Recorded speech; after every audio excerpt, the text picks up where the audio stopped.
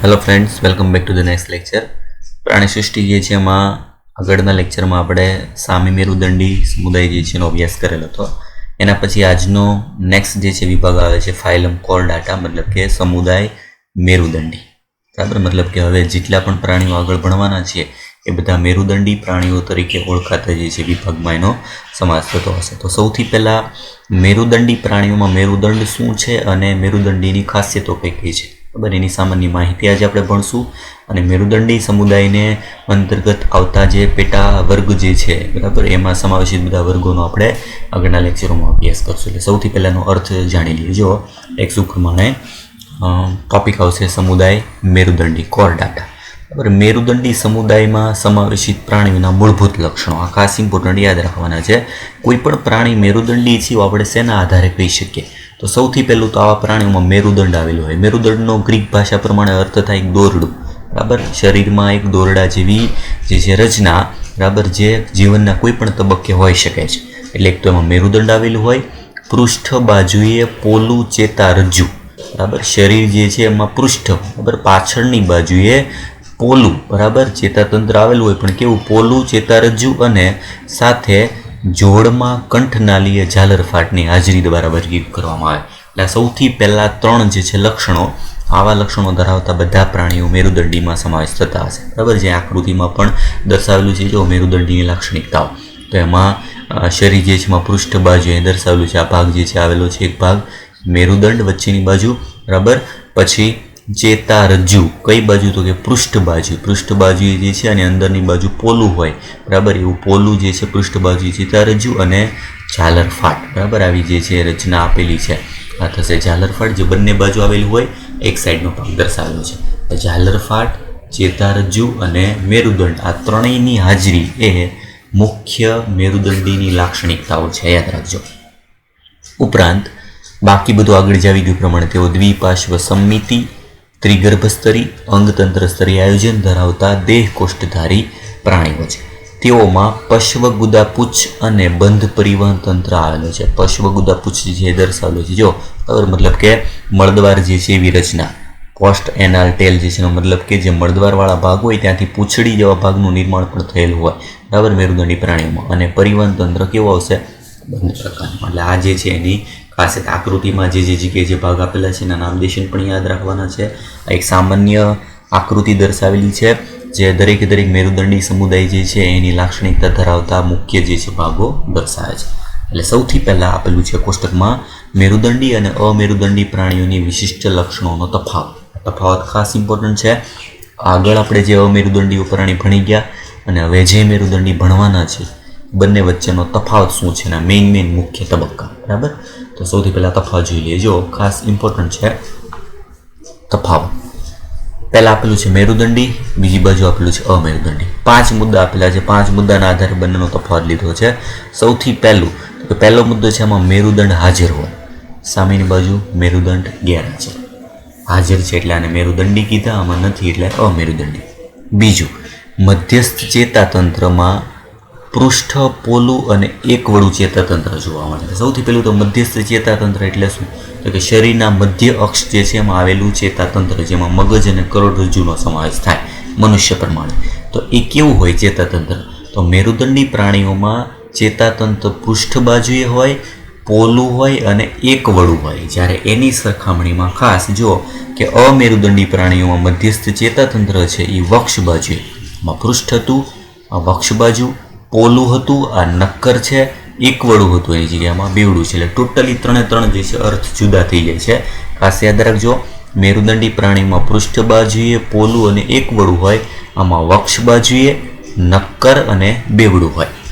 ત્રીજો તબક્કો, જીવનના કેટલાક તબક્કાઓમાં ઝાલરફાટ હાજર અને કંઠનળી ઝાલરફાટ દ્વારા છિદ્રાળુ બને છે. જીવનના કેટલાક તબક્કા શું કામ કીધું? કારણ કે અમુક પ્રાણીઓ એવા છે જેમાં અમુકમાં પુખ્ત થઈ ગયા પછી જે છે ઝાલરફાટ નથી જોવા મળતી. ગર્ભીય અવસ્થામાં બધામાં ઝાલરફાટ હોય છે. જેમ કે મનુષ્ય છે એમાં મનુષ્યમાં ઝાલરફાટ નથી, પણ મનુષ્યના ગર્ભીય તબક્કા જે છે આપણે જોઈએ તો ગર્ભીય તબક્કામાં પાછી ઝાલરફાટ જોવા મળે છે. આગળ આવી ગઈ ને આકૃતિમાં, આવી છિદ્રાળુ રચના. ગર્ભીય અવસ્થામાં જે બાળક વિકસતું હોય ત્યારે આવી ઝાલરફાટ જોવા મળે છે. જ્યારે બાળક પુખ્ત થઈ જાય, બરાબર, મનુષ્ય પુખ્ત બને ત્યારે આવી ઝાલરફાટ નથી. એટલે શબ્દ ચોખ્ખો કરી દો. જીવનના કેટલાક તબક્કામાં ઝાલરફાટ હોય છે અને કંઠનળી ઝાલરફાટ દ્વારા છિદ્રાળુ બને છે, બરાબર. જ્યારે સામેની બાજુ આમાં ઝાલરફાટ હોતી નથી, ઝાલરફાટ ગેરહાજર. આ મુખ્ય તફાવત. ચોથું, હૃદય વક્ષ બાજુ હોય. વક્ષ બાજુ મતલબ જો ચેતાતંત્ર પૃષ્ઠ બાજુ હતું, પૃષ્ઠ બાજુની વિરુદ્ધ હૃદય જે છે આમાં વક્ષ બાજુ હોય. અમેરુદંડીમાં જો હોય તો કૌંસમાં પૂછો, હૃદય હશે તો એ પૃષ્ઠ બાજુ હોય, એટલે આખું ઊંધું. આમાં ચેતાતંત્ર વક્ષ બાજુએ છે અને હૃદય પૃષ્ઠ બાજુએ છે, જેમાં અમેરુદંડીમાં. જ્યારે મેરુદંડીની ખાસિયત શું છે? ચેતાતંત્ર પૃષ્ઠ બાજુએ છે અને હૃદય વક્ષ બાજુએ છે. આ તફાવત. પશ્વ ગુદા પૂંછ હાજર, મતલબ પૂંછડી જેવી રચના આમાં હાજર હોય, આમાં પૂંછડી જેવી રચના હોતી નથી, ગેરહાજર હોય છે. આ 5 મુખ્ય તફાવત, બરાબર. 5 તફાવતના આધારે આપણે મેરુદંડી અને અમેરુદંડી બંને જે છે એને જુદા પાડીશું. એટલે ખાસ 5 જે છે મુદ્દા યાદ રાખવાના છે. એના પછી નેક્સ્ટ મેરુદંડી જે છે એના અલગ અલગ પેટા પ્રકાર. તો મેરુદંડી સમુદાયને 3 ઉપસમુદાય જે છે એમાં વિભાજિત કરવામાં આવેલા છે. મેરુદંડી મુખ્ય સમુદાય છે, એના 3 પેટા સમુદાય જે છે લેવામાં આવે છે. કયા કયા? સૌથી પહેલું છે પુચ્છ મેરુદંડી, યુરોકોર્ડાટા કે કંચુક મેરુદંડી, ટ્યુનિકેટ્સ. આ પહેલો વિભાગ. 2 નામ છે એના. બીજો વિભાગ શીર્ષ મેરુદંડી, સિફાલોકોર્ડાટા, અને ત્રીજો વિભાગ પૃષ્ઠવંશી, બરાબર. 3 વિભાગ જે છે લીધેલા છે. 3 વિભાગ જે છે કયા કયા છે જો, તો આગળ આવ્યા પ્રમાણે આપણે જે છે એને ચાર્ટ પ્રમાણે જોઈએ તો મુખ્ય જે છે 3 વિભાગ થશે, બરાબર. 3 વિભાગ કયા કયા? તો મેઇન વિભાગ જે છે કયા છે? મેરુદંડી. આ મેરુદંડી જે છે એના 3 વિભાગ. પહેલો વિભાગ જે છે આવશે પુચ્છ મેરુદંડી. પુચ્છ મેરુદંડી, જેમાં પુચ્છ મેરુદંડી જે છે એમાં શું સમાવેશ થાય છે એ આપણે જોઈએ. બીજો વિભાગ આવે છે શીર્ષ મેરુદંડી, શીર્ષ મેરુદંડી, અને ત્રીજો વિભાગ જે છે પૃષ્ઠવંશી. એટલે મેરુદંડીના ટોટલ 3 વિભાગ, બરાબર. પુચ્છ મેરુદંડીનું બીજું નામ કંચુક મેરુદંડી પણ છે, ટ્યુનિકેટ્સ. બીજો વિભાગ શીર્ષ મેરુદંડી અને ત્રીજો વિભાગ પૃષ્ઠવંશી. આ 3 વિભાગ. આ ત્રણેયમાં તફાવત શું છે અને એના વિશેની સામાન્ય માહિતી જો, તો પુચ્છ મેરુદંડી અને શીર્ષ મેરુદંડી ઉપસમુદાયો ઘણીવાર આદિ મેરુદંડી તરીકે પણ ઓળખાય છે, કારણ કે મેરુદંડીઓમાં સૌથી જૂના એટલે ખાસ આ પહેલા 2 મેરુદંડીના 3 વિભાગ છે, એમાં પહેલા 2 જે છે એને સમાવેશ થાય છે આદિ મેરુદંડીઓ. આદિ મેરુદંડી એટલે પૂછ આદિ મેરુદંડીમાં કોનો સમાવેશ થાય? તો ખાસ યાદ રાખજો, આદિ મેરુદંડી અને સામી મેરુદંડી ભેગું ના થઈ જાય. સામી મેરુદંડી મેરુદંડનો વિભાગ જ નથી, એવા મેરુદંડીમાં આવે છે. જ્યારે આદિ મેરુદંડી એટલે મેરુદંડીના પહેલા 2 વિભાગ જે શરૂઆતના સમયના મેરુદંડી, પુચ્છ મેરુદંડી અને શીર્ષ મેરુદંડી.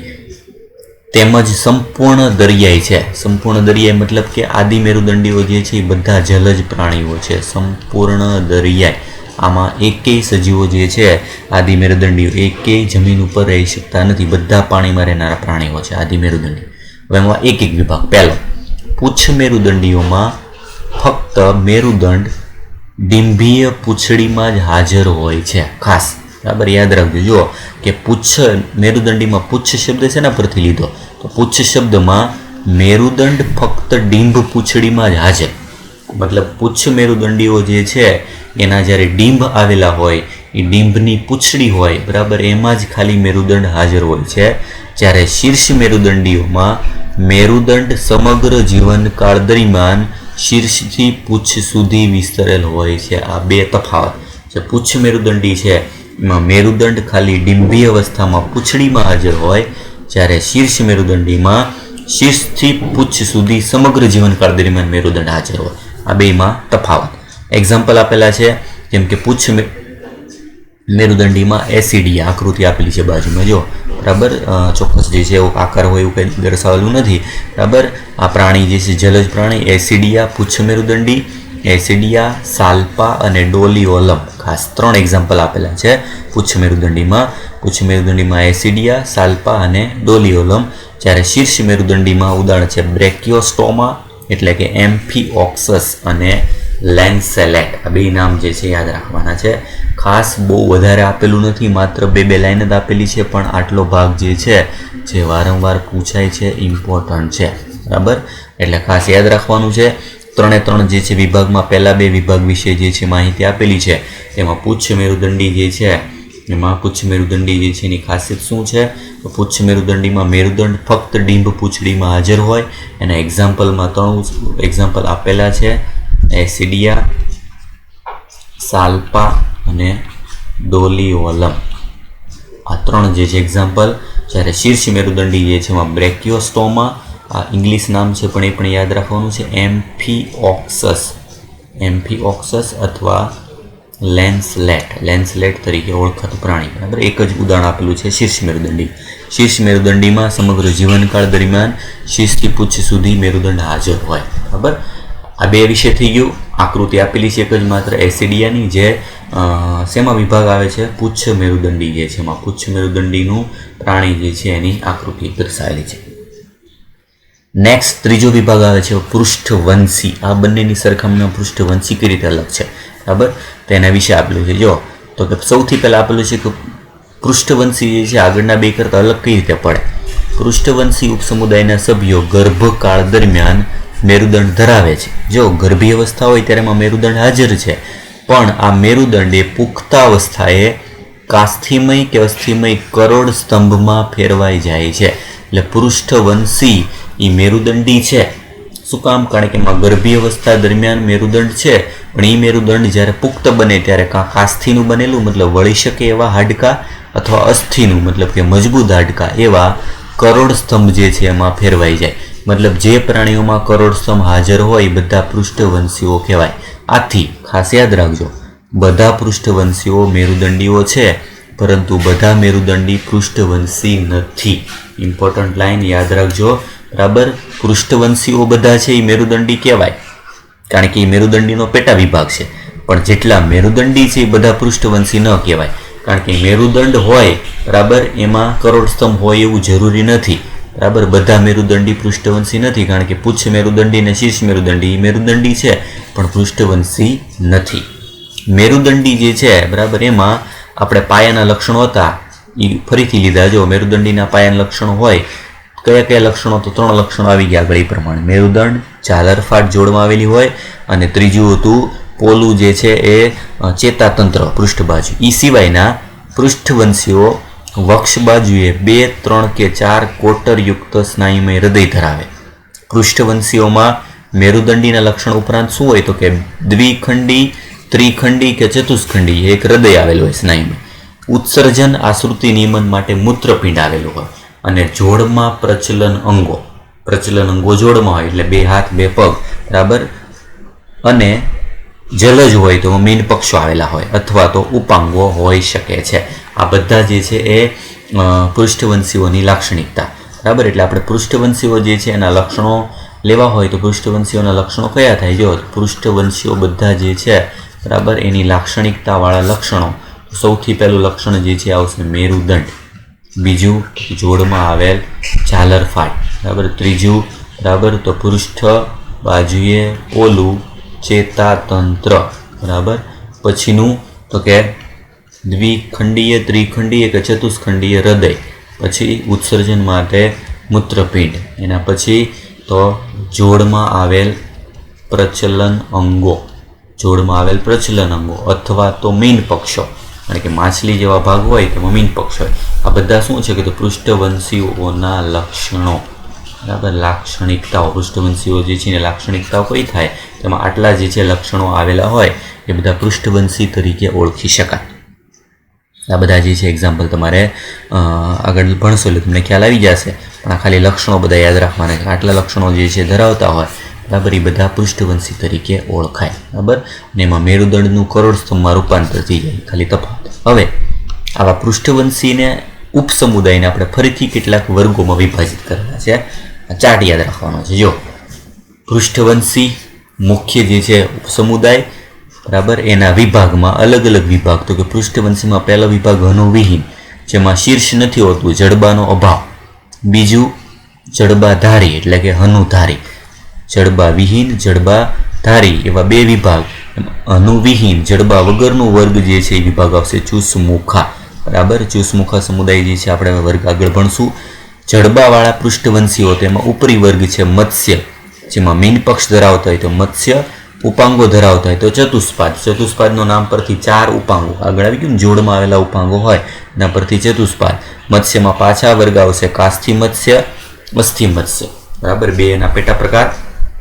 ચતુષ્પાદમાં 4 અલગ અલગ વર્ગ આવશે: ઉભયજીવી, સરીસૃપ, વિહગ અને સસ્તન. એટલે આપણે આગળના જે છે નેક્સ્ટ ભાગમાં આવે ચુસમુખા વર્ગ, કાસ્થિ મત્સ્ય વર્ગ, અસ્થિ મત્સ્ય, ઉભયજીવી, સરીસૃપ, વિહગ અને સસ્તન. આ બધા વર્ગો જે છે ભણવાના છે. આટલા વર્ગો ભણશો એટલે આ ચેપ્ટર જે છે પૂરું થઈ જશે. એટલે 4, 5, 6 અને 7 વર્ગો જે છે એના વિશે આપણે અભ્યાસ કરવાનો છે. બધા શેમાં આવશે? પૃષ્ઠવંશી સમુદાય જે છે એમાં એનો સમાસ થશે. પૃષ્ઠવંશીના બધા કોમન આટલા લક્ષણો હોય.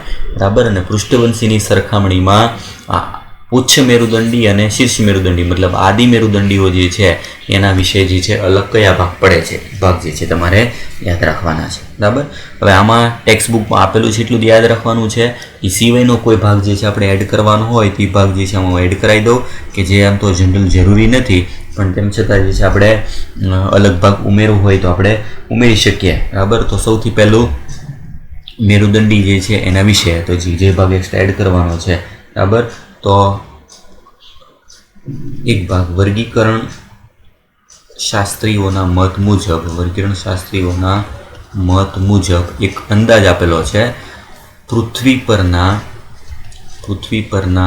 તમામ પ્રાણીઓમાં 90 થી 95% પ્રાણીઓ અમેરુદંડીઓ છે. જ્યારે બાકીના 3 થી 5% મેરુદંડી છે. એટલે અંદાજ આપ્યો. જો ને ખ્યાલ આવી જાય પૃથ્વી પર પ્રાણીમાં સૌથી વધુ પ્રાણીઓ કયા છે? તો 90 થી 95% અમેરુદંડી છે. આપણે ભણવાના છે એ 3 થી 5% માત્ર જે છે મેરુદંડીઓ આવેલા છે. આ 5% સૌથી મેરુદંડી જે છે એમાં તે કયા સૌથી વધુ? સૌથી વધુ વસવાટ ધરાવતા જો કોઈ પ્રાણી લઈએ આપણે, બરાબર, તો એમાં આવશે મત્સ્ય વર્ગ. મતલબ માછલીઓ જે છે એનો વિભાગ સૌથી વધુ છે.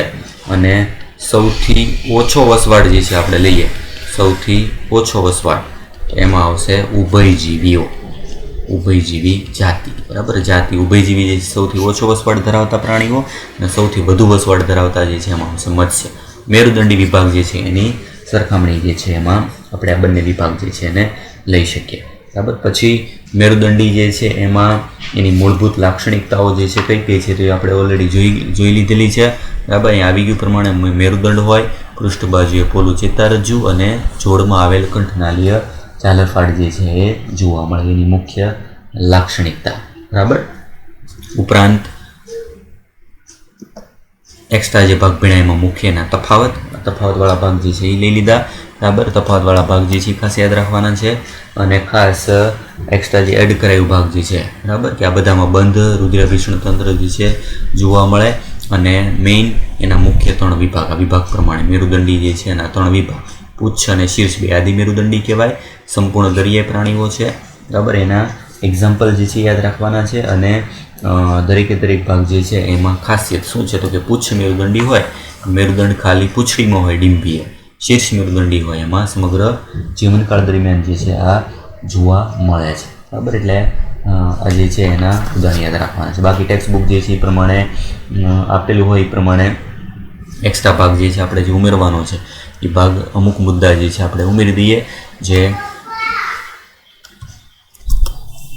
હજુ આપણે એક્સ્ટ્રા જે એડ કરવાનું છે એ ભાગ જે છે જોઈ લઈએ. તો સૌથી પહેલાં સમુદાય જે છે એમાં લીધું એ પ્રમાણે આપણે લઈએ ઉપસમુદાય પુચ્છ મેરુદંડી. ઉપસમુદાય પુચ્છ મેરુદંડીવાળા ભાગ જે છે એમાં આપણે કયા ભાગ એડ કરવાના છે જે ટેક્સ્ટ બુકમાં આગળ આવી ગયું છે. એ સિવાયનો ભાગ જે છે એડ કરવાનો હોય એ મુખ્ય મુદ્દા જે છે એને જોઈ લે. તો સૌથી પહેલું જે છે તેના દરેક સભ્યો આગળ આવ્યું પ્રમાણે તેના દરેક સભ્યો જે છે એ દરિયાઈ છે. મતલબ કે આ માત્ર જે છે એ ખારા પાણીમાં જોવા મળે. મુક્ત રીતે તરતા અથવા ખડકો સાથે ચોટેલા હોય છે. મતલબ કે દરિયાના પેટાળમાં આવેલા ખડકો જે છે એની સાથે ચોટેલા હોય, મુક્ત હોય. દરેક જે છે એ જલજ વસવાટને અનુકૂળ. બીજો મુદ્દો, પુખ્ત પ્રાણીઓ સામાન્ય રીતે પુખ્ત પ્રાણીઓ હોય બરાબર એ સામાન્ય રીતે સ્થિર એટલે કે સ્થાયી એકની એક જ જગ્યાએ જે છે સ્થિર હોય, પરંતુ મુક્ત તરતા ડીંભ મુક્ત કરે છે. એટલે આવા પ્રાણીઓ જે છે એના ડીંભ હોય પાછા તરતા હોય બરાબર, પ્રાણીઓ જે છે એ સ્થિર રીતે રહેતા હોય. બીજું કે આવા પ્રાણીઓ જે છે પૂચ્છ મેરુદંડી એનું બીજું નામ છે ટ્યુનિકેટ્સ બરાબર. એ શું કામ નામ પડ્યું તેના વિશે, દરેક પુખ્ત પ્રાણીના શરીર પર સેલ્યુલોઝ જેવો પદાર્થ આવેલો હોય છે જેને ટ્યુનિકિન કહે છે. સેલ્યુલોઝ જેવો પદાર્થનું નામ શું છે? ટ્યુનિકિન. આથી આ પ્રાણીઓને ટ્યુનિકેટ્સ પણ કહે છે. એટલે યાદ રાખજો, પુચ્છ મેરુદંડી જે છે એનું બીજું નામ શું થશે? ટ્યુનિકેટ્સ. ટ્યુનિકેટ્સ શું કામ ઓળખાય? કારણ કે એના શરીર ઉપર આવેલ જે છે આવું ટ્યુનિકિન નામનું રસાયણ જે છે હાજર હોય છે બરાબર. એટલે એના પરથીનું નામ ટ્યુનિકેટ્સ જે છે તરીકે ઓળખાય બરાબર. એના પછી મેરુદંડીનો ઉપસમુદાય છે એટલે મેરુદંડ વિશે. મેરુદંડ ફક્ત ડીંભની પૂંછમાં જોવા મળે છે. આગળ આવી ગયું, મેરુદંડ જે છે એ ઉપસમુદાય છે પણ આમાં ડીંભ ક્યાં હોય? ખાલી ફક્ત જે છે પૂંછમાં જોવા મળે, જે રૂપાંતરણ એટલે એમાં પુખ્ત બનવું, રૂપાંતરણ દરમિયાન લુપ્ત થઈ જાય છે મતલબ નીકળી જશે. એટલે માત્ર ડીંભ જે છે એ ડીંભની પૂંછડી હોય એમાં ખાલી મેરુદંડ જે છે જોવા મળે, પછી રહેતું નથી બરાબર. એના પછી નેક્સ્ટ મુદ્દો જે છે જે અલગ પડતો ભાગ જે છે આવશે તો એ ભાગ લેવામાં રુધિરાભિસરણ તંત્ર જે આગળ એડ કરેલું નથી. રુધિરાભિસરણ તંત્ર એટલે કે રુધિર પરિવહન તંત્ર ખુલ્લા પ્રકારનું હોય છે, અને હૃદય શરીરની વક્ષ બાજુએ હોય છે. હૃદય કઈ બાજુ? વક્ષ બાજુએ, અને રુધિરાભિસરણ તંત્ર ખુલ્લા પ્રકારનું બરાબર. રુધિરાભિસરણ તંત્ર જે છે મેરુદંડી પ્રાણીઓ હોય તો મેરુદંડીમાં મોટાભાગે બધામાં બંધ પ્રકારનું રુધિરાભિસરણ તંત્ર જોવા મળે, પણ આ યાદ રાખજો પુચ્છ મેરુદંડી વાળો ભાગ જે છે બરાબર ટ્યુનિકેટ્સ એમાં રુધિરાભિસરણ તંત્ર જે છે ખુલ્લા પ્રકારનું જોવા મળે છે બરાબર. એટલે આ થઈ ગયું એક્સ્ટ્રા જે એડ કરવાનું છે. ઉપરાંત એમાં ડીંભ કયા છે, ડીંભનું નામ શું છે, ડીંભ વાળો મુદ્દો બરાબર. તો દેડકાની જેમ આ સમુદાયના ડીંભ પણ મુક્ત રીતે તરતા હોય છે, તેથી તેને ટેડપોલ બરાબર શબ્દ જે છે આવશે ટેડપોલ. શબ્દ જે છે આવી ગયું પ્રમાણે તમને કદાચ ખ્યાલ નહીં હોય પણ દેડકા જે છે એનું ડીંભ હોય એ ડીંભનું નામ છે ટેડપોલ. આથી તેને ટેડપોલ ડીંભ પણ કહે છે. નામ ટેડપોલ ક્યાંથી આવ્યું? તો ટેડપોલ દેડકાના ડીંભનું નામ છે. એટલે આવા પ્રાણીઓમાં પણ દેડકાના ડીંભની જેમ જ તરતા ડીંભ જોવા મળે માછલી જેવા, એને ટેડપોલ ડીંભ જે છે તરીકે ઓળખવામાં આવે છે બરાબર. લાસ્ટ જે ભાગ છે એ છે એક્ઝામ્પલ્સ. તો એક્ઝામ્પલ્સ આગળ આવી ગયા એ પ્રમાણે સૌથી પહેલું જે છે એસિડિયા, બીજું સાલ્પા, ત્રીજું ડોલિઓલમ. આ 3 એક્ઝામ્પલ જે છે તમારે આપેલા છે. એ સિવાયના તો બીજું આવશે હર્ડમેનિયા. ચોથું ઉદાહરણ જે છે શું આવશે? હર્ડમેનિયા, જેનું બીજું નામ છે સી પોટેટો. સમુદ્રના બટાટા જે છે એના જેવાનો શેપ હોય એટલે એના પરથી એનું નામ જે છે આવશે સી પોટેટો. અને ચોથું ઉદાહરણ જે છે આવશે પાયરોસોમા. પાયરોસોમા, જેમાં જીવ પ્રકાશિતતાનો ગુણધર્મ છે. ગુણધર્મ સૌથી વધુ, મતલબ આ પ્રાણી પણ પાણીની અંદર ચમકે છે, એમાંથી પ્રકાશ ઉત્પન્ન કરે. સૌથી વધુ દરિયાઈ જીવ હોય એમાં પ્રકાશનો ગુણધર્મ ધરાવતું પ્રાણી છે આ પાયરોસોમા. પાયરોસોમા તરીકે જે છે ઓળખાય રચના. એટલે ટેક્સ્ટ બુક પ્રમાણે 3 નામ તો યાદ રાખવાના છે: એસિડિયા, સાલ્પા, ડોલિઓલમ. એ સિવાયના 2 ઉદાહરણ એડ કર્યા છે, એમાં હળમેનિયા અને પાયરોસોમા. બરાબર, જે પ્રકાશિતતાનો ગુણધર્મ જે છે એમાં સૌથી વધારે જોવા મળે છે. બરાબર, એટલે આ થઈ ગયું પુચ્છ મેરુદંડી જે છે એના વિશે. એના પછી નેક્સ્ટ આવે છે ઉપસમુદાય, જે આપણે આગળ ચર્ચા કરી પ્રમાણે ઉપસમુદાય શીર્ષ મેરુદંડી. શીર્ષ મેરુદંડી જે છે એના વિશે જે ડિટેલમાં આપણે એક્સટ્રા એડ કરવાનું છે એ ફટાફટ જોઈ લે.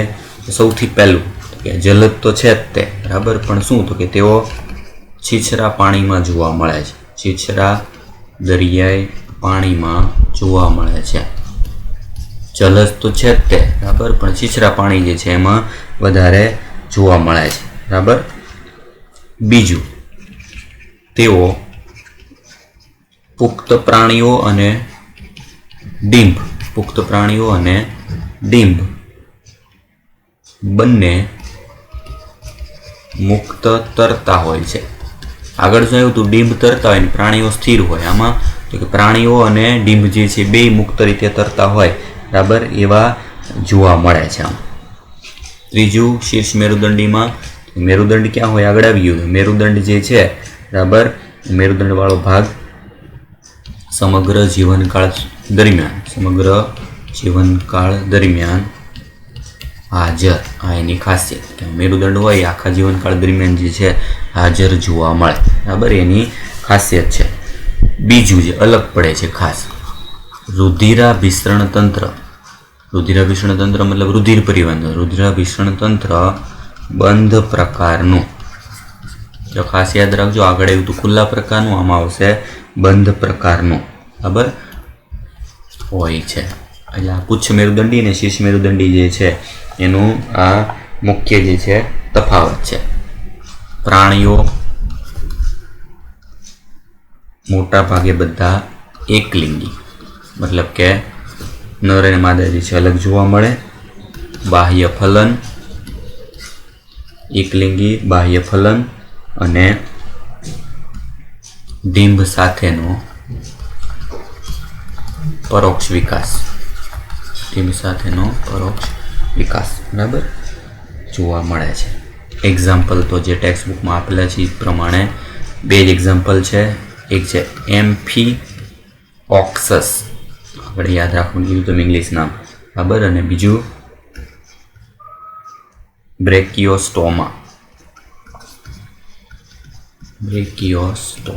બરાબર, એમ્ફીઓક્સસ જે છે અથવા બ્રેકિયોસ્ટોમા, આગળ નામ જે છે આવી ગયું. જો ટેક્સ્ટ બુકમાં તો એ જ પ્રમાણે સેમ ઇંગ્લિશ નામ ગુજરાતી નામ બે જે છે મેં તમને કીધું તો યાદ રાખવાનું. ત્યાં પણ લખાયું હતું બ્રેકિયોસ્ટોમા, એમ્ફીઓક્સસ અથવા લેન્સેલેટ. બરાબર, એટલે એ એનું અલગ અલગ જે છે બીજા નામ થશે. એક જ એક્ઝામ્પલ આપેલું છે પણ એના બીજા નામ જે છે યાદ રાખવાના છે. એમ્ફીઓક્સસ, બ્રેકિયોસ્ટોમા અથવા લેન્સેલેટ, ત્રણેય નામ જે છે એ એક જ છે. એટલે દરેક પ્રાણી જે છે એના અલગ અલગ આવા નામ જે છે એમાં આપેલા છે. આટલો ભાગ જે છે એનો એડ કરવાનો છે.